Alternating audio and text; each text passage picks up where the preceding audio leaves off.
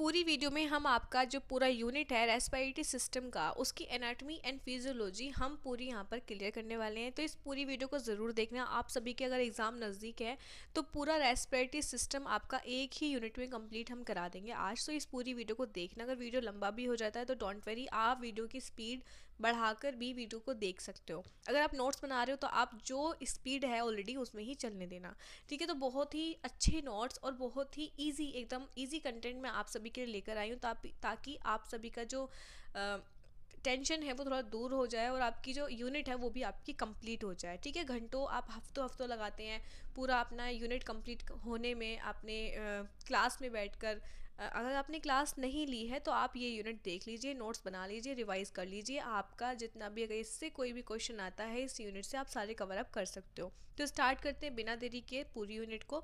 तो प्लीज़ समझने के लिए थोड़ा सा कंसंट्रेट करना और कॉपी पेन लेकर बैठ जाना। बिना कॉपी पेन के वेस्ट है आपका इस यूनिट को देखना, ठीक है। तो स्टार्ट करते हैं। सबसे पहले हम इंट्रोडक्शन पढ़ेंगे आपका रेस्पिरेटरी सिस्टम का।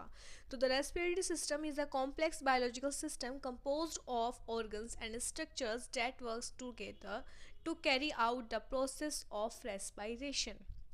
जो रेस्पिरेटरी सिस्टम होता है वो एक ऐसा कॉम्प्लेक्स बायोलॉजिकल सिस्टम होता है जो कि हमारे ऑर्गन्स और स्ट्रक्चर्स का बना होता है, जो कि साथ में काम करते हैं और कैरी आउट करते हैं आपके रेस्पिरेशन के प्रोसेस को, ठीक है। तो आपके जो रेस्पिरेशन का प्रोसेस होता है उसको कैरी आउट कौन करता है? आपके ऑर्गन्स और आपके स्ट्रक्चर्स, ठीक है। और ये कॉम्प्लेक्स बायोलॉजिकल सिस्टम होता है। आपके लिए अगर आपके एग्जाम में लॉन्ग क्वेश्चन भी आता है, पूरी यूनिट को देख लीजिए, 10 नंबर आपके पक्के हैं। It is responsible for the exchange of gases between the body and external environment. ये किस चीज़ के लिए रेस्पॉन्सिबल होता है आपका रेस्पिरेटरी सिस्टम? किस चीज़ के लिए? गैसेस के चेंजेस के लिए, एक्सचेंज के लिए। जो गैसेस होती हैं, जो बाहर से हम अपना एक्सटर्नल एनवायरनमेंट से जो गैस को इनटेक करते हैं और जो आपके अंदर जो CO2 बनती है उसको हम एक्सक्रीट आउट करते हैं, सॉरी बाहर निकालते हैं। तो उसके पूरे एक्सचेंज को, गैस के एक्सचेंज के लिए रेस्पॉन्सिबल कौन होता है? रेस्पिरेटरी सिस्टम, ठीक है। This system ensure the continuous supply of oxygen to the tissue and removes carbon dioxide, ठीक है। तो जो ये सिस्टम किस चीज़ के लिए रेस्पॉन्सिबल होता है? आपके ऑक्सीजन को टिश्यू तक ऑक्सीजन सप्लाई करने के लिए और कार्बन डाइऑक्साइड को बाहर निकालने के लिए। अब वेस्ट प्रोडक्ट्स ऑफ मेटाबॉलिज्म, ठीक है, जो आपका वेस्ट प्रोडक्ट होता है मेटाबॉलिज्म के थ्रू, ठीक है, it includes the nose, pharynx, larynx, trachea, bronchi, bronchioles and lungs, ठीक है। इसमें क्या क्या चीज़ें इंक्लूड होती हैं? नोज, फेरिंग्स, लैरिंग्स, ये इसके पार्ट होते हैं हमारे सारे रेस्पिरेटरी सिस्टम के। जो भी ऑर्गन्स और जो भी पार्ट्स हमारे रेस्पिरेटरी सिस्टम में इंक्लूड हैं ये उन्हीं के नाम हैं।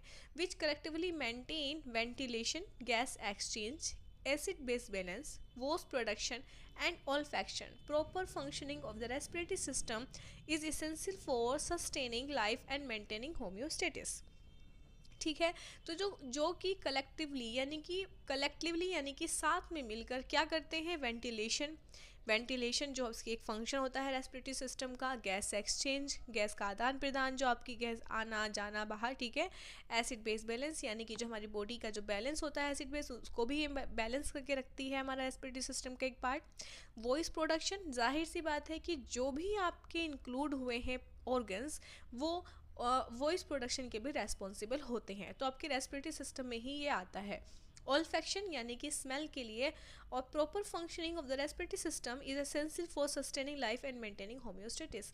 जो आपका रेस्पिरेटरी सिस्टम का जो फंक्शन है अगर वो प्रॉपर चलता रहता है वो ज़रूरी होता है आपकी लाइफ को ईजी और सस्टेनिंग चलाने के लिए और आपके होम्योस्टेटिस को मेंटेन करने के लिए।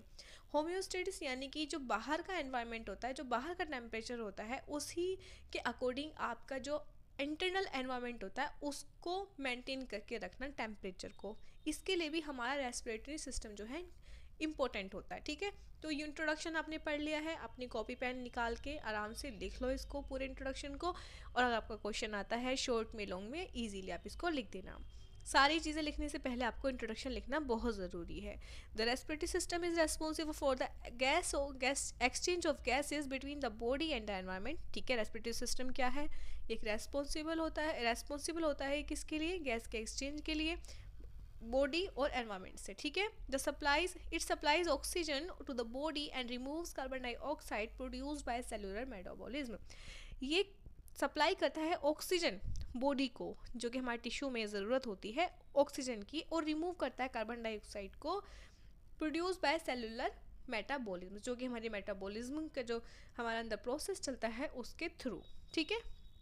आप यहाँ डायग्राम की बात कर लेते हैं। अगर हमने एनाटॉमी और फिजियोलॉजी दोनों को कंप्लीट कराने की यहाँ पर बात की है, तो यहाँ पर डायग्राम जो है आपके रेस्पिरेटरी सिस्टम के वो ये हैं। आप इसको आराम से देख लीजिए, स्क्रीनशॉट ले लीजिए कि कहाँ पर क्या चीज़ प्रेजेंट होती है, और इनको बनाने कर अपना प्रैक्टिस कर लीजिए, ताकि अगर आपके डायग्राम आते हैं तो आप इजीली लिख लो। अगर एनाटॉमी में क्वेश्चन आता था तो आपको डायग्राम मोस्टली बनाने पड़ेंगे।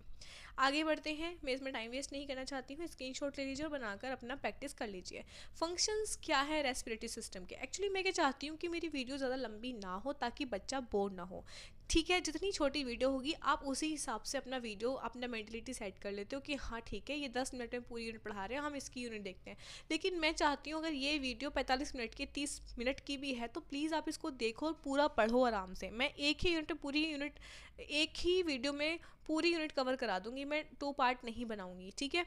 तो इसको पूरी यूनिट को आप देख लीजिए, नोट्स बना लीजिए, एग्जाम बहुत ज़्यादा करीब है। फंक्शंस की बात करते हैं रेस्पिरेटरी सिस्टम के। तो फर्स्ट ऑफ ऑल आपका जो फंक्शन होता है रेस्पिरेटरी सिस्टम का, वो होता है gas exchange. Gas exchange is the main function of respiratory system. हमारा जो रेस्पिरेटरी सिस्टम होता है गैस एक्सचेंज, उसमें यही वर्क होता है कि जो ऑक्सीजन होती है वो एंटर करती है हमारे ब्लड में, और जो CO2 होता है, जो CO2 हमारा बनता है अंदर, उसको वह एक्सक्रीट करती है, ठीक है। तो सेकंड है यहाँ पर filtration, warming and humidifying air, ठीक है।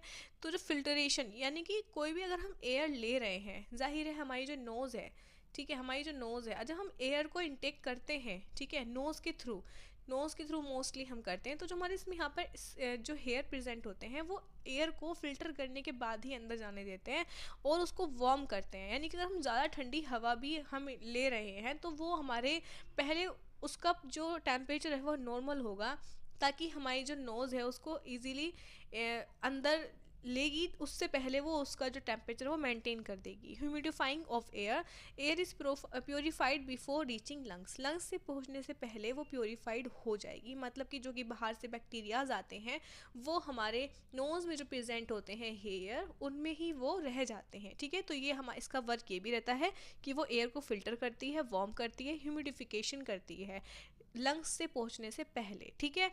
थर्ड है यहाँ पर वॉइस प्रोडक्शन, ठीक है, जो कि हमारा लैरिंग्स के और वोकल कोड जिसमें हमारे रेस्पॉन्सिबल होते हैं, ये भी इसका एक वर्क होता है। स्मेल ऑल्फैक्शन, यानी कि nasal cavity contains olfactory receptors, ठीक है। जो हमारा ऑल्फैक्शन यानी कि स्मेल जो हम लेते हैं वो हमारी नेजल कैविटी हमारी उसके लिए रेस्पॉन्सिबल होती है।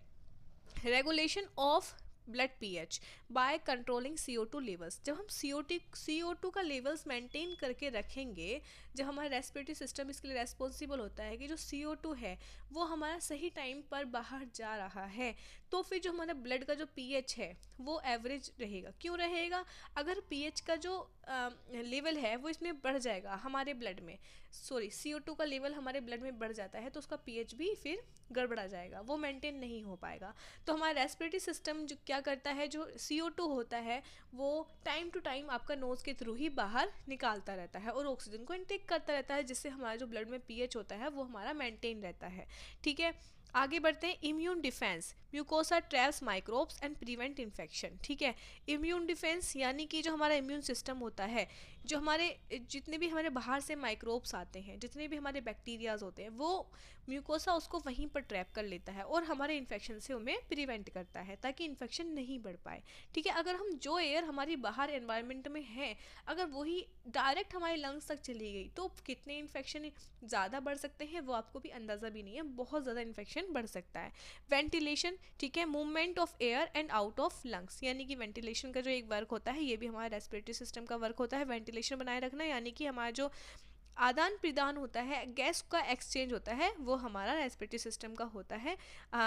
हवा यानी कि बाहर की जो एयर होती है उसका आना और लंग्स से बाहर निकलना, ठीक है। अब आते हैं anatomy of respiratory system. Respiratory system की एनाटमी हम पढ़ लेते हैं। The respiratory system divided into 2 parts. ठीक है, तो जो हमारा एनाटमी अगर हम बात करें, देखिए इसमें एनाटमी फिजियो दोनों कंप्लीट हो रहे हैं। तो इसमें रेस्पिरेटरी सिस्टम जो आपका होता है वो 2 पार्ट में डिवाइड होता है। ठीक है, upper respiratory system and lower respiratory system. Upper respiratory system में कौन कौन से पार्ट आते हैं? आपके nose, nasal cavity, pharynx, larynx. और भी होंगे, इधर देखते हैं, नहीं है। ठीक है, ये आपके क्या हैं? अपर रेस्पिरेटरी सिस्टम के पार्ट होते हैं, जिसमें कि नोज़ हमारा फर्स्ट पार्ट होता है। अगर आपके एग्जाम में यही क्वेश्चन आ जाते हैं तो आपको हेडिंग बना बना कर अच्छे से लिख देना है। यहाँ पर आपको बहुत ही शॉर्ट नोट में दे रही हूँ, लेकिन आपको वहाँ पर डिस्क्राइब करके बहुत ही अच्छे से एक्सप्लेन करना है। एटलीस्ट 4 से 5 लाइन तो आपको फिल करनी पड़ेगी नोज़ के लिए। ठीक है, आप आराम से जैसे इसको हेडिंग भी बना सकते हो, उसके बाद आप इसमें एरो करके ब्लू पेन से आप इसकी थ्योरी भी लिख सकते हो।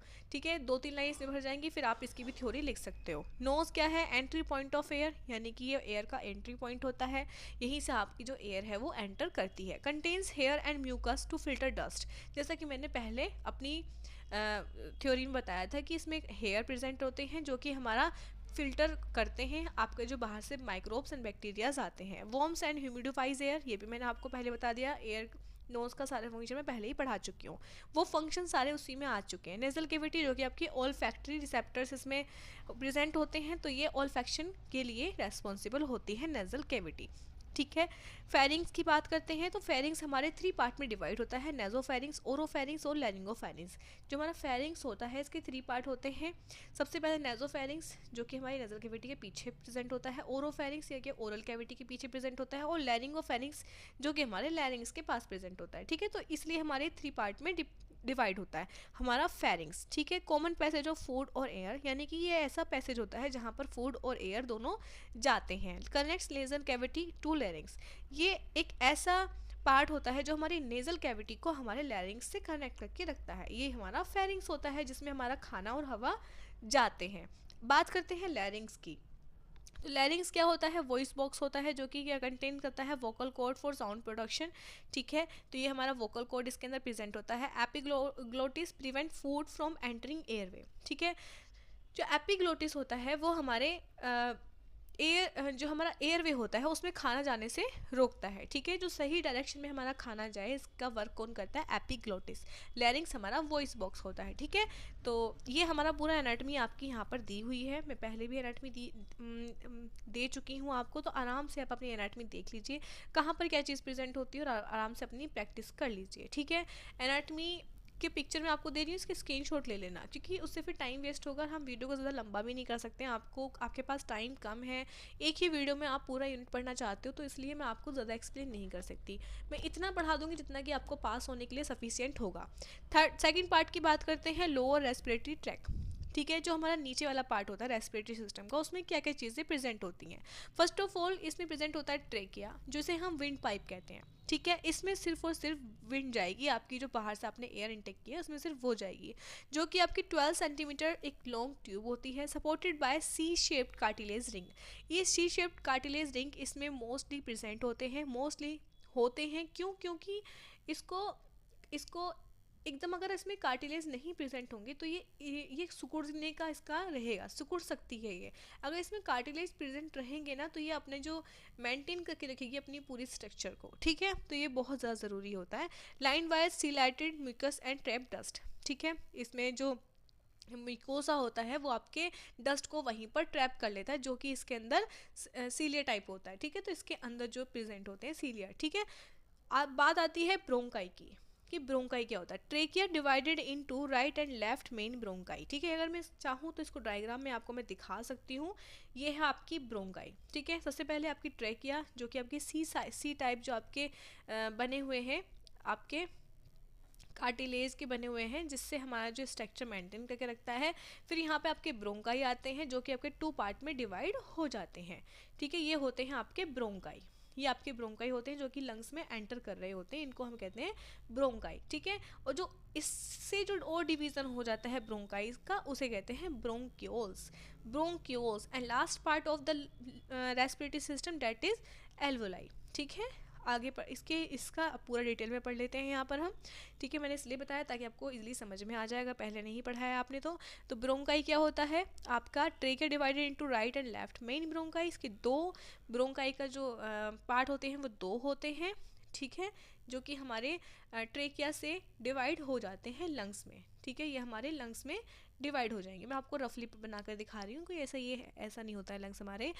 तो right bronchus is wider, shorter and more vertical. जो हमारा राइट ब्रोंकस होता है वो हमारा वाइडर होता है और शॉर्टर होता है, ठीक है। इतना तो आप सभी को पता होगा कि जो राइट हमारा लंग पार्ट होता है वहाँ वो थोड़ा सा छोटा होता है। क्यों? क्योंकि वहाँ पर हमारा लीवर और हार्ट प्रेजेंट होता है जस्ट इसके नीचे, इसलिए उसका साइज थोड़ा सा वाइडर होता है और शॉर्टर होता है, ठीक है। तो ब्रोंक्यूल्स की बात करते हैं। ब्रोंक्यूल्स से हमारी ब्रोंकाई डिवाइड हो जाती हैं।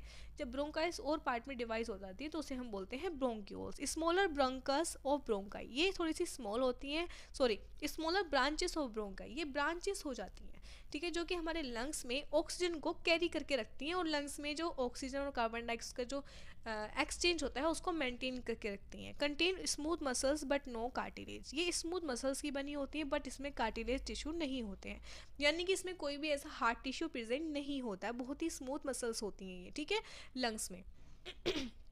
एल्वोलाई की हम बात करते हैं। Tiny air sacs where gas exchange occur, ये जो एल्वोलाई हमारी लास्ट पार्ट में प्रेजेंट होंगी जो कि हमारी बलून शेप में होती हैं, ठीक है। एल्वोलाई जो हमारी बलून शेप में प्रेजेंट होती हैं यही हमारी ऑक्सीजन को कैरी करके रखती हैं और यही हमारे गैस एक्सचेंज के लिए रेस्पॉन्सिबल होती हैं। सराउंडेड बाय कैपिलरीज, ये कैपिलरीज के पास प्रेजेंट होती हैं। मेड ऑफ किसकी बनी होती हैं? Type first cells for gas exchange, type second cells produce surfactants, ठीक है, प्रिवेंट कोलैप्स, यानी कि कोलैप्स मतलब कि एकदम से सिकुड़ने से ये बचा लेती हैं, ठीक है। एक का काम तो गैस एक्सचेंज करने के लिए होगा, लेकिन जो टाइप सेकंड वाली सेल्स जो होती हैं वो आपका सरफेक्टेंट यानी कि उसको कोलैप्स होने से बचा लेती हैं हमारे लंग्स को, ठीक है। ओके आगे बढ़ते हैं, हमने सारी चीज़ें पढ़ ली हैं। अब लास्ट पार्ट आता है हमारा लंग्स, ठीक है। लंग्स हमारा लास्ट पार्ट होता है हमारे रेस्पिरेटरी सिस्टम का। तो लंग्स एक pair of spongy organ located in thoracic cavity, thoracic cavity में ही हमारा रेस्पिरेटरी सिस्टम हमारा प्रेजेंट होता है। तो इसमें हमारा जो लंग्स है जो कि हमारा एक पेयर के फॉर्म में प्रेजेंट होता है, स्पॉन्जी होता है, ये हमारे थोरेसिक कैविटी में प्रेजेंट होता है हमारी रिब्स के पीछे, जस्ट बिहाइंड ऑफ रिब्स, ठीक है। राइट लंग्स में 3 लोब्स होते हैं, लेफ्ट लंग्स में 2 लोब्स होते हैं विद कार्डियक नॉच, ठीक है। कवर्ड बाय प्लूरा, ये इसकी मेम्ब्रेन होती है जिसको कवर करके रखती है। यहाँ पर तीनों मेम्ब्रेन के नाम दिए हुए हैं। विस्लर प्लूरा कवर्स लंग, ये सबसे जो लास्ट वाली लेयर होती है जो आपके लंग्स को कवर करके रखती है वो होती है विस्लर प्लूरा। पैराइटल प्लूरा जो कि आपके लाइंस थोरेसिक कैविटी, जो कि आपकी थोरेसिक कैविटी होती है, ठीक है, यानी कि हमकी जो रिब्स होती हैं उसकी जस्ट पीछे वाली जो लेयर होती है उसे कहते हैं पैराइटल प्लूरा, ठीक है। जो आपका प्लूरल फ्लूइड होता है वो रिड्यूस करता है आपके फ्रिक्शन को, ठीक है।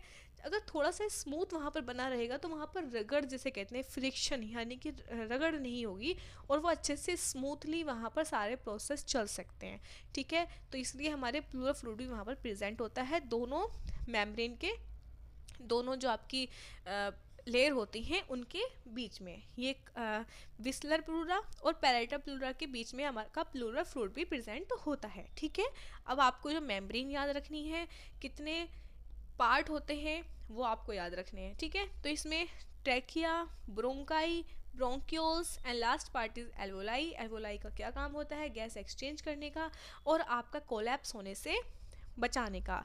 राइट लोब होता है जो कि आपका शॉर्ट एंड वाइडर होता है, वर्टिकल होता है, और आपका जो लेफ्ट पार्ट होता है वो थोड़ा सा लॉन्ग होता है, ठीक है, लेकिन ये नैरो होता है, ठीक है, ये थोड़ा सा वाइडर होता है, वाइडर यानी कि चौड़ा, क्योंकि यहाँ पर आपका हार्ट एंड लीवर प्रेजेंट होते हैं, यहाँ पर आपका ऐसा कुछ भी नहीं होता है, ठीक है।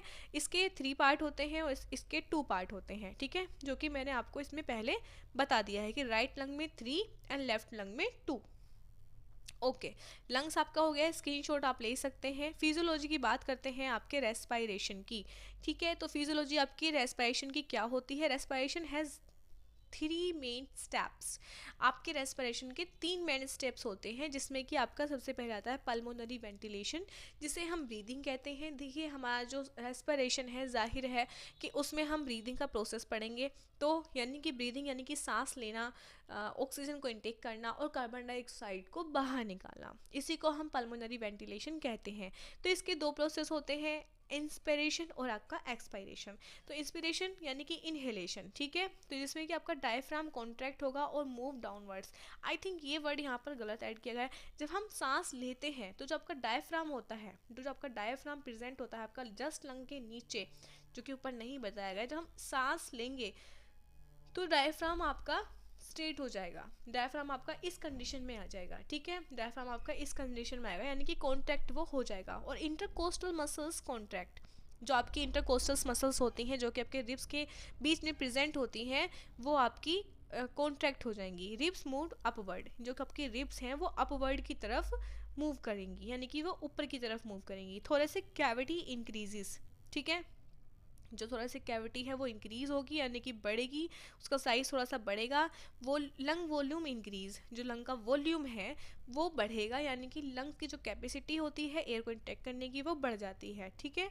एयर एंटर लंग, ये आपका इंस्पिरेशन वाली प्रोसेस होता है। अब आते हैं एक्सपिरेशन, यानी कि सांस को छोड़ने वाली जो प्रोसेस होता है, इसे कहते हैं एक्सहेलेशन, जिसमें कि डायफ्राम रिलैक्स रहेगा, रिब्स मूव डाउन रहेंगी, थोड़े से कैविटी डिक्रीज होगी और all moves out of lung, air moves out of lungs, यानी कि जो एयर है वो लंग से बाहर निकलेगी। तो ये हमारे दो प्रोसेस होते हैं हमारे पल्मोनरी वेंटिलेशन के, जिसे हम ब्रीदिंग प्रोसेस कहते हैं, जिसके दो पार्ट होते हैं, इंस्पिरेशन और आपका एक्सपायरेशन, ठीक है। तो ये आपको याद रखना है, आपका क्वेश्चन आ जाता है तो आपको ये आराम से लिख देना है आपकी फिजियोलॉजी रेस्पिरेशन की, ठीक है। जैसा कि मैंने बताया, आपकी रेस्पिरेशन का रिब्स भी एक पार्ट हो सकता है, डायफ्राम भी है, जो कि इसमें नहीं अच्छे से समझाया गया है, लेकिन मैं आपको ऐसे ही बता रही हूँ, ठीक है। सारी चीज़ें एक ही वीडियो में कवर अप नहीं हो सकती हैं, मैं जानती हूँ कि आप लोग बोर बहुत जल्दी हो जाते हैं, तो जितना सफिशिएंट होता है आप सभी को पास होने के लिए मैं इतना ही यहाँ पर पढ़ा रही हूँ, ठीक है। तो एक्सटर्नल रेस्पिरेशन की बात करते हैं,